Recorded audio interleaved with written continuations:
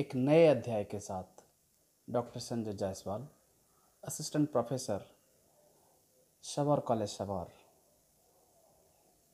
अध्ययन के इस कड़ी में मैं आज जिक्र कर रहा हूँ अराजकतावाद का।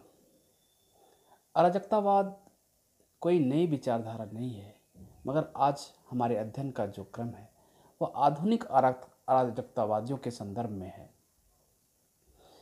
यह विचारधारा खासतौर से 19वीं सदी में काफ़ी लोकप्रिय हुई। इसके महत्वपूर्ण 5 आज अराजकतावादी विचारकों की राय हम आपसे शेयर करेंगे, जो एक ऐसे चिंतन की कल्पना करते हैं, एक ऐसे समाज की परिकल्पना करते हैं जिसके केंद्र में व्यक्ति की गरिमा है और प्रकृति से टूटे रिश्तों को जोड़ने की जद्दोजहद है। तो एक बार प्रकृति से टूटे हुए रिश्तों को फिर से संगठित और संयमित तौर पर जोड़ने की कोशिश होगी अराजकतावादी विचारकों की। एक ऐसी चिंतन जो आपको वास्तविकताओं से थोड़ा परे मगर मानवीय गरिमा के केंद्र में ले जाएगी। आइए शुरू करते हैं अराजकतावाद। अराजकतावाद वह सिद्धांत है जो मानव समाज की सारी बुराइयों को दूर करने के लिए राज्य के शक्ति का अंत करने का समर्थन करता है। परंतु राज्य का अंत कैसे होगा, यह अलग अलग विचारकों के अलग अलग राय और विचार हैं। लेकिन सर्वमान्य यह है कि मनुष्य को नितांत स्वार्थी और निर्दयी नहीं मानता है। मनुष्य की उत्तम प्रकृति में विश्वास करते हुए मानते हैं कि किसी भी प्रकार के राजनीतिक सत्ता का अस्तित्व मनुष्य के प्रकृति को विकृत और भ्रष्ट बना देता है। इसलिए राज्य एक अनावश्यक बुराई है। और anarchy it means rule, state या गवर्नेंस। अगर दोनों को मिलाकर देखें तो नो रूल्स या नो स्टेट या नो गवर्नेंस, अर्थात किसी भी प्रकार के शासन का अभाव, किसी भी प्रकार के राज्य का अभाव और किसी भी प्रकार के कानून का अभाव। यहाँ एक चीज़ और भी ध्यान देना है कि ग्रीक वर्ड में अगर देखें एनार्किया का अर्थ भी विदाउट रूल है। इनके अगर प्रारंभिक विचारकों का क्रम देखें तो इसके प्राचीन विचारकों में लाओ त्से तुंग, च्युआंग त्सु जो चीन से हैं, जेनो यूनान से, ऐसे विचारकों ने अराजकतावाद शब्द का इस्तेमाल तो नहीं किया, मगर जिन व्यवस्थाओं का उन्होंने जिक्र किया है, जिन राजनीतिक व्यवस्था की उन्होंने परिकल्पना की, वो अराजकतावाद के विचारों से ही मेल खाते हैं। इसके अलावे आज जो हम जिन आधुनिक अराजकतावादी विचारकों के बारे में जिक्र करेंगे उसमें सबसे महत्वपूर्ण नाम गॉडविन, पीजे प्रूदो, बाकुनिन, क्राफ्टकिन और लियो टॉल्स्टॉय का है। ये महत्वपूर्ण 5 राजनीतिक विचारक जिन्हें आधुनिक अराजकतावादी विचारक के श्रेणी में रखा जाता है, इनके विचारों का हम आज अध्ययन करेंगे। इनके अलावे कुछ ऐसे विचारक जिनमें अराजकतावादी तत्व दिखते हैं, उनमें महत्वपूर्ण तौर पर कई बार Mahatma Gandhi, Karl Marx, Robert Nozick, George Sorel जैसे विचारकों को भी अराजकतावादी की श्रेणी में रखा जाता है। जैसे रॉबर्ट नॉजिक को कई बार अर्ध अराजकतावादी कहा जाता है, जबकि महात्मा गांधी और मार्क्स, सोरेल जैसे विचारकों ने राज्य की जिस उपस्थिति का जिक्र किया है उस वजह से इन्हें अराजकतावादी की श्रेणी में रखा जाता है। अब आइए हम बात करते हैं अराजकतावाद के मूल मान्यताओं के संदर्भ में, उनकी क्या मान्यताएं हैं। तो इस संदर्भ में सबसे महत्वपूर्ण बात कि जिन बिंदुओं पर अराजकतावादी विचारकों के विचार खड़ा है उसमें सबसे महत्वपूर्ण तथ्य जो उनकी दृष्टि में है कि जिस प्रकार से प्रकृति में जीव जंतु और वनस्पति बिना राज्य के नियंत्रण और बिना राज्य के कानून के प्रकृति का आनंद उठाते हैं, तो क्या मनुष्य के लिए ऐसी स्थिति नहीं हो सकती है? क्या वो प्रकृति का आनंद नहीं उठा सकते हैं? एक प्रश्न समाज के सामने ये खड़ा करता है। दूसरा महत्वपूर्ण सवाल कि आज चाहे वह पूंजीवादी समाज हो या साम्यवादी समाज हो, सब ने व्यक्ति को एक तरह से किनारे कर दिया है। मनुष्य का प्रकृति से रिश्ता टूट गया है। तो अराजकतावादी विचारकों की राय में मनुष्य का प्रकृति से एक बार रिश्ते को जोड़ देने की जद्दोजहद है अराजकतावाद। अराजकतावाद मानता है कि मनुष्य की प्रकृति, उसके विवेक और उसके सद्गुण का कोई शानी नहीं है, यानी कि विवेक, सद्गुण और मानव की प्रकृति पर अराजकतावादी विचारकों को भरोसा है। एक बात यहाँ और भी ध्यान रखना है कि अराजकतावाद राज्य, धर्म, निजी संपत्ति ऐसी अवधारणाओं का भी विरोध करते हैं। उनके हिसाब से ये व्यक्ति के नैसर्गिक आनंद के मार्ग में बाधा है।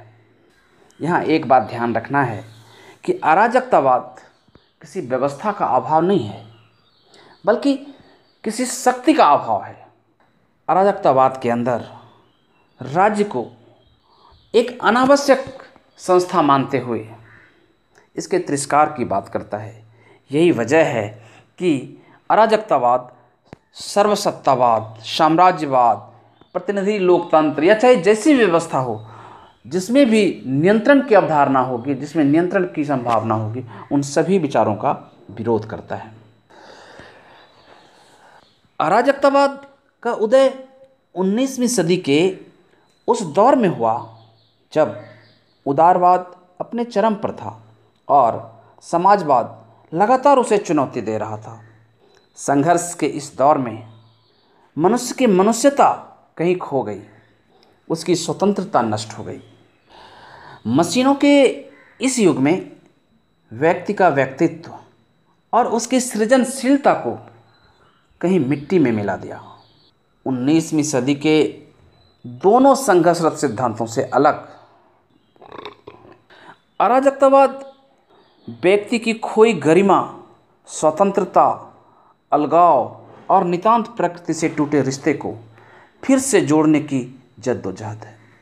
और इस पतन के लिए अराजकतावादी राज्य को जिम्मेदार मानते हैं और यह सिद्ध करते हैं कि जीव जंतु राज्य नियंत्रण के बिना जिंदगी बसर कर सकते हैं और प्रकृति का आनंद उठा सकते हैं। तो मनुष्य क्यों नहीं राज्य के बिना प्रकृति का आनंद उठा सकते हैं? ये सवाल समाज और व्यवस्था के सामने है। अब हम बात करते हैं इसके सबसे महत्वपूर्ण विचारक, जो अराजकतावाद के प्रारंभिक विचारक माने जाते हैं, विलियम गॉडविन।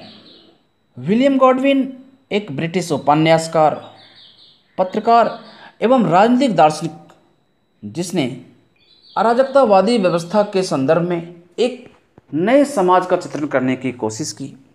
इसीलिए इसे प्रथम अराजकतावादी दार्शनिक माना जाता है। इन्होंने अपनी प्रसिद्ध कृति इंक्वायरी कंसर्निंग पॉलिटिकल जस्टिस, सामाजिक, ये जो 1793 में प्रकाशित हुई थी, जिसमें उन्होंने बताने की कोशिश की थी कि निशंसतंत्रीय सरकार या तानाशाही सरकार और संपत्ति का यह विषमता मूलक स्वामित्व, जिसे उन्होंने अनइक्वल ऑनरशिप ऑफ प्रॉपर्टी कहा है, इस व्यवस्था को जन्म देते हैं।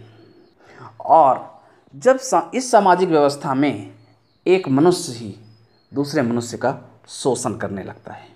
यहाँ स्पष्ट है कि विलियम गॉडविन एक ऐसे समाज की परिकल्पना प्रस्तुत करते हैं जिसमें आर्थिक असमानता की समाप्ति होनी चाहिए।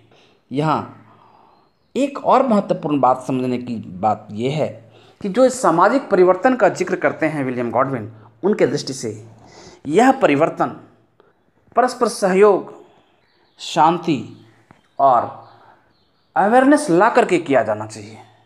यानी कि इन्होंने शांतिपूर्ण, सद्भाव और एक समझ विकसित करके सामाजिक परिवर्तन की मांग की है।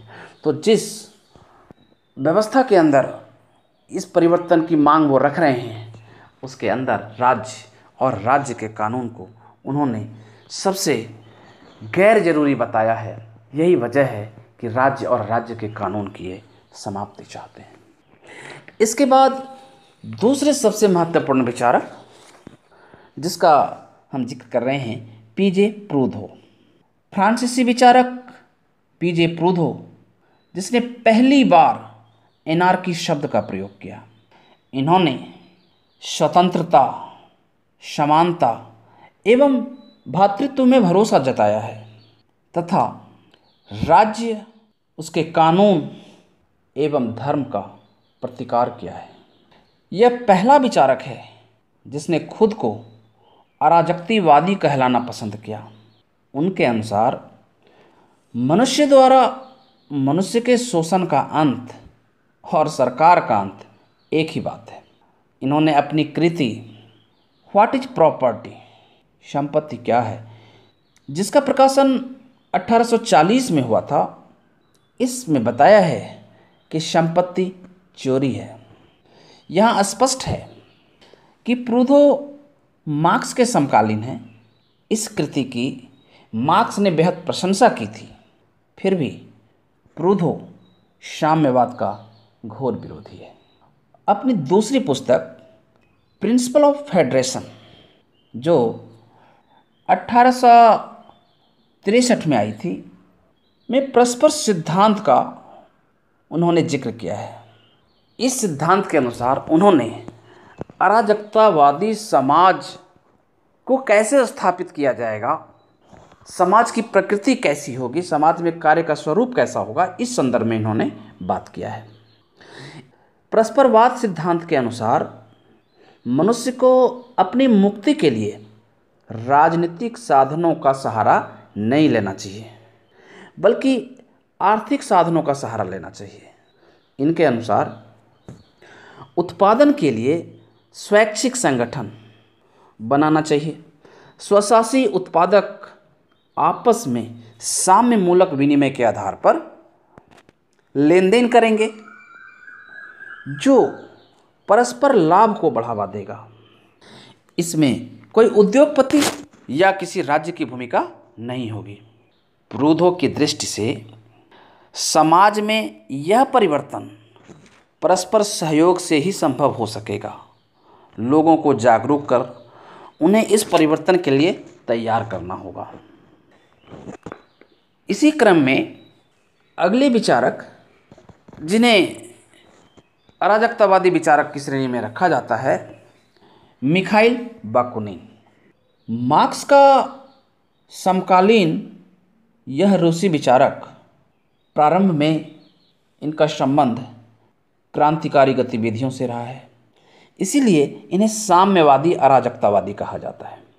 बाकुनिन मानते हैं कि मनुष्य अपने सारे इतिहासों के दौरान राज्य और धर्म के सत्ता के आगे इसलिए झुका रहा है क्योंकि उसके मन में भय का आतंक रहा है।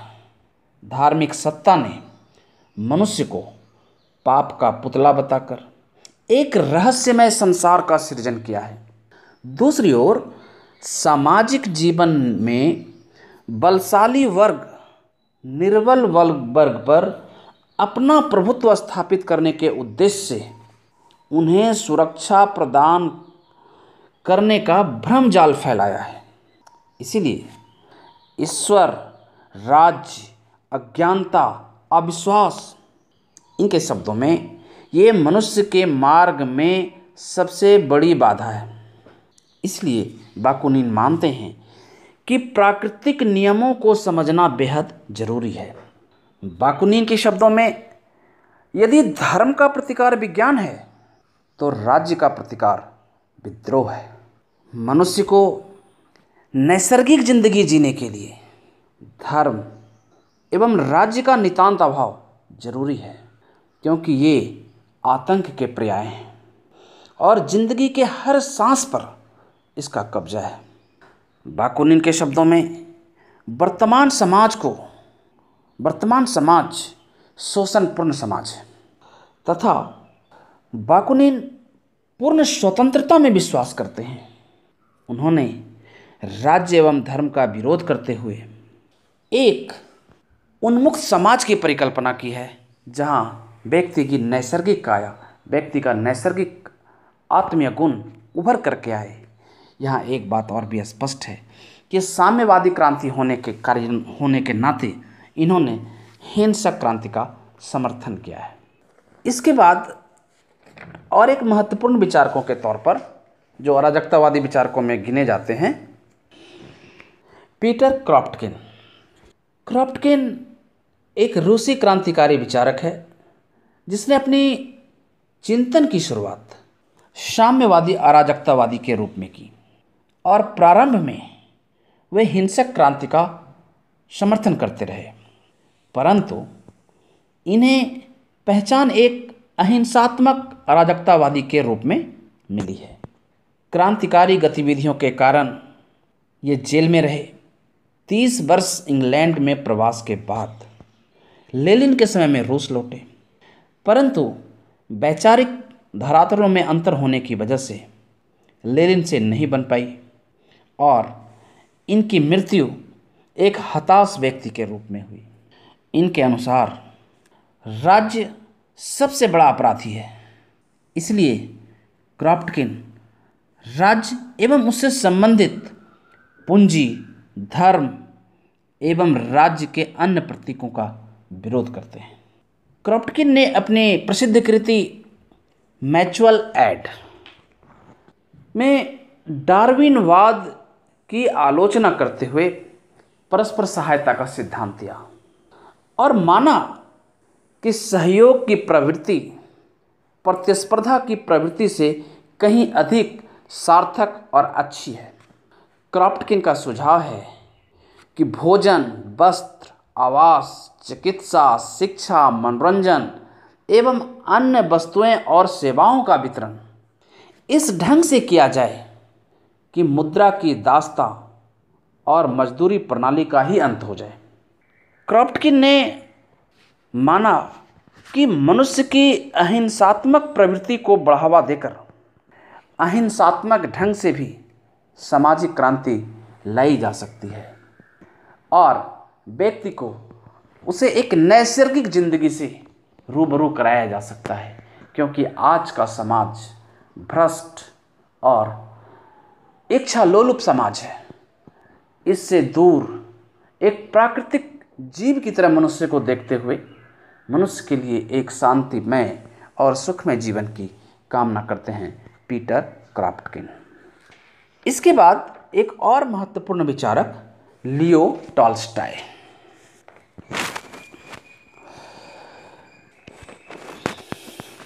लियो टॉल्स्टॉय रूस के एक संपन्न परिवार में पैदा हुए। जवानी के दिनों में क्रीमिया युद्ध का हिस्सा रहे, परंतु 1 वर्ष के बाद ही सेना की नौकरी रास नहीं आई और छोड़ दी और एक नए कैरियर लेखन की तरफ इनका रुझान बढ़ा। मगर उन्मुक्त विचारों के धनी टॉल्स्टॉय,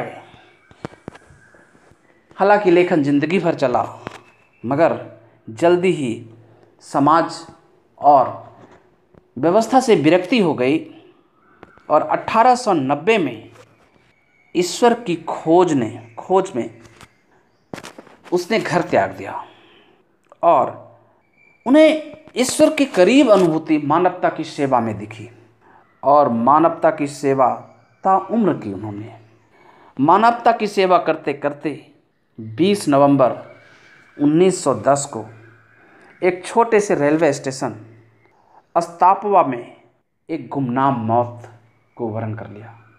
टॉल्स्टॉय के अराजकतावादी दर्शन को ईसाई अराजकतावाद या मसीही अराजकतावाद के रूप में भी आप जानते हैं। इन्होंने राज्य एवं व्यक्तिगत संपत्ति पर करारा प्रहार किया और दोनों की कड़ी आलोचना की। टॉल्स्टॉय ने मानव जीवन के नैतिक महत्व को उजागर करते हुए राज्य एवं उसके समस्त संस्थाओं का विरोध किया है। उनकी प्रसिद्ध उक्ति कि ईश्वर का साम्राज्य तुम्हारे भीतर है, उन्होंने एक व्यक्ति को नैतिक प्राणी के रूप में देखा है। यही वजह है कि इन्हें नैतिक अराजकतावादी की श्रेणी में रखा जाता है। हम लोग अगले जब इसमें बात करेंगे तो गांधी का भी जिक्र करेंगे। तो यहाँ ये भी ध्यान रखना है कि गांधी टॉल्स्टॉय और क्रॉप्टकिन दोनों से प्रभावित हैं, और विशेष तौर पर टॉल्स्टॉय से। इन्होंने अपने विचारों को वॉर एंड पीस, कन्फेशन जैसी पुस्तकों में रखने की कोशिश की है। ये मूलतः एक नैतिक अराजकतावादी हैं जो एक व्यक्ति को नैतिक प्राणी के रूप में देखते हैं, और उनकी दृष्टि से राज्य समाज के जो प्रतीक हैं, जो कानून हैं, वो उसके मार्ग में बाधा उत्पन्न करते हैं। अर्थात इन विचारकों का यह समझ कि कहीं भी व्यवस्थित ढंग से मनुष्य को मनुष्य नहीं रहने देता, तो समाज के इन व्यवस्थाओं का प्रतिकार करते हुए मनुष्य को मनुष्य बनाने की जिद है अराजकतावादियों की।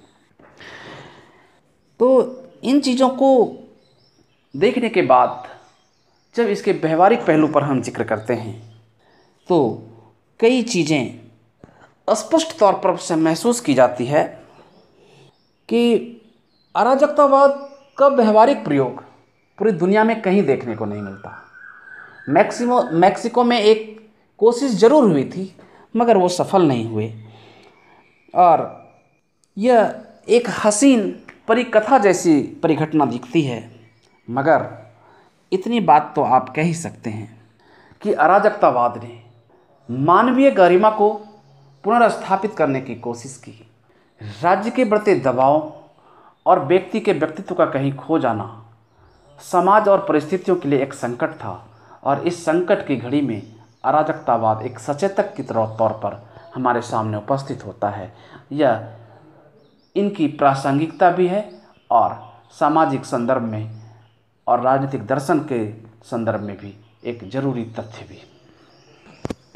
उम्मीद है आपको अराजकतावादी दर्शन के संदर्भ में विभिन्न विचारकों की राय आपको समझ आई होगी, और आपने इसके संदर्भ में एक नई अवधारणा बनाने की कोशिश की होगी। धन्यवाद।